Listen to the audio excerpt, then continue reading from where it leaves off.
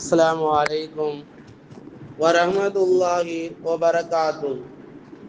الحمد لله. قال الله تبارك وتعالى في كلامه القديم والفرقان الحميد: أعوذ بالله من الشيطان الرجيم. بسم الله الرحمن الرحيم. وتحسبوا أيقاظا وهم رقود ونقلبهم ذات اليمين وذات الشمال وقلبهم باسط ذراعيه بالوسيد. صدق الله العظيم. கண்ணியத்துக்குரிய அல்லாஹுவின் நல்லடியார்களே, ரமதானுடைய நோன்புகளில் 11 நோன்புகளை பரிபூர்ணமாக நிறைவேற்றியவர்களாக 12வது நோன்பிற்காக வேண்டிய தராவீஹ் தொழுகையை தொழுதுவிட்டு குர்ஆன் ஷரீஃபிலே சூரா கஹஃப் வரை நிறைவு செய்துள்ளோம். அல்ஹம்துலில்லாஹ். 15 ஜுஸுக்கள் கால் பகுதி கொஞ்சம் குறைவாக நிறைவு செய்துள்ளோம். அல்ஹம்துலில்லாஹ்.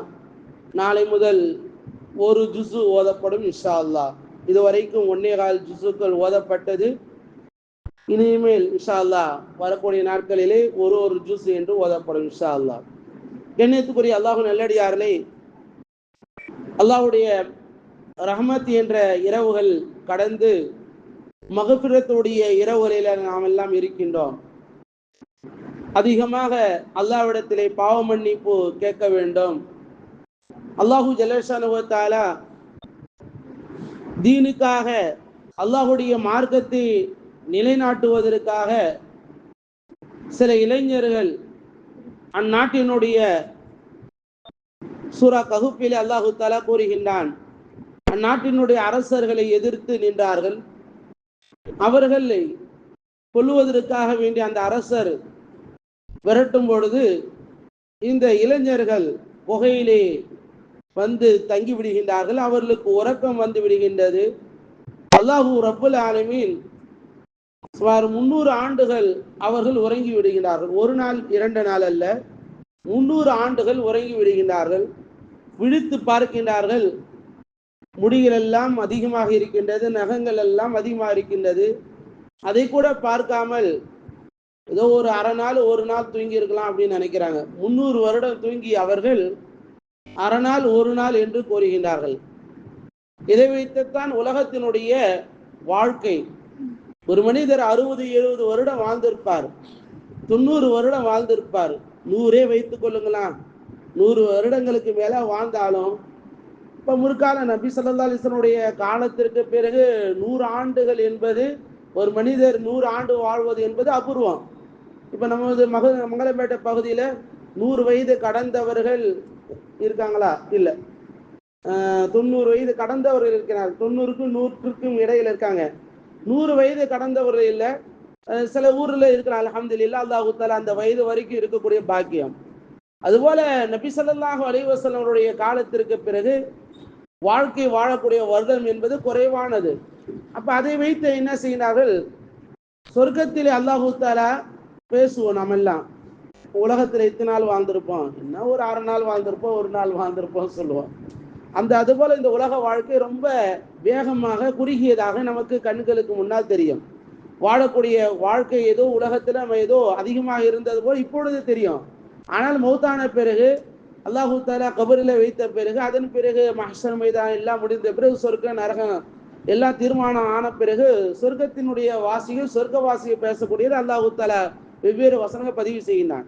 இப்ப நாங்க என்ன சொல்ல ஒரு நோக்கம் வேணும்னு சொன்னால், 300 வருடங்கள் இந்த உறங்கிய இந்த இளைஞர்களை அல்லாஹு ரப்புல் ஆலமீன் தன்னுடைய மாபெரும் கிருபையால் என்ன செய்கின்றான்?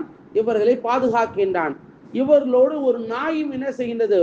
அவர்களோடு பாதுகாப்பாக இருக்கிறது. யாரும் உள்ளே செல்லாமல், அதாவது உள்ளே இருக்கக்கூடிய இளைஞர்களுக்கு ஒரு பாதுகாப்பு ஒரு நாயாக அப்படியே நிற்கின்றது. அதற்கு என்னது? அதே அல்லாஹ் என்ன செய்கின்றான்? 300 வருஷம் தூங்க வைக்கிறான்.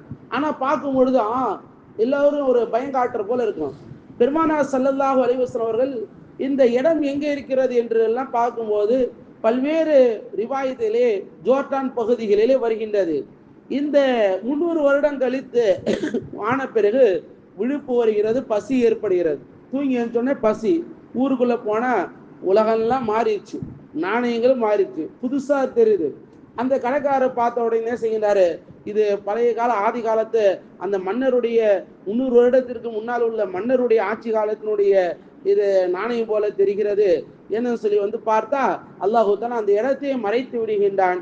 அல்லாஹு ஜல்லஷானஹு வ தஆலா இது போல இந்த சம்பவத்தினுடைய படிப்பினை என்னவென்று சொன்னால், தீனுக்காக வேண்டி வாழக்கூடியவர்கள், தீனுல் இஸ்லாம், அதாவது நன்மை ஏவி தீமையை தடுக்கக்கூடியவர்களை அல்லாஹு தஆலா எப்பொழுதும் பாதுகாப்பா வைப்பான். நன்மை ஏவக்கூடியவர்கள் எப்பொழுதும் பயப்பட வேண்டிய அவசியம் இல்லை. தீமையை தடுக்கக்கூடியவர்கள் பயப்பட வேண்டிய அவசியம் இல்லை. அந்த தீமையை நமக்கு ஏதாவது சொன்னா நம்ம ஏதாவது செய்து விடுவார்களோ என்று அஞ்ச வேண்டிய அவசியம் இல்லை.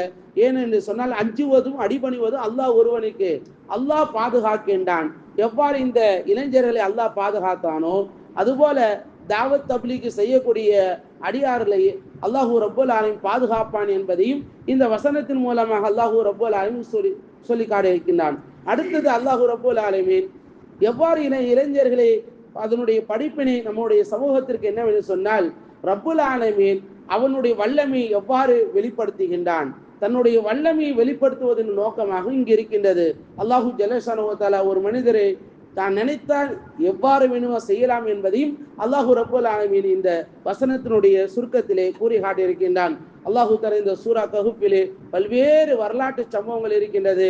இஸ்கந்த தில்கர்னியினுடைய வரலாறு இருக்கின்றது. மூசா அலைஹிஸ்ஸலாம், ஹித்ர் அலைஹிஸ்ஸலாமுடைய வரலாறு இருக்கின்றது.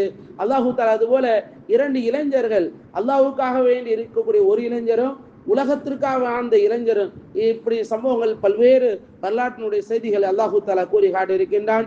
அல்லாஹு ரப்பல் ஆலமீன் இந்த வரலாற்றினுடைய செய்திகளை நம்முடைய வாழ்க்கையினுடைய படிப்பினையாக பெற்று அல்லாஹு தஆலா ஈருலகத்தில் நன்மை பெற்ற நல்லோர்களாக அல்லாஹ் நம் அனைவரும்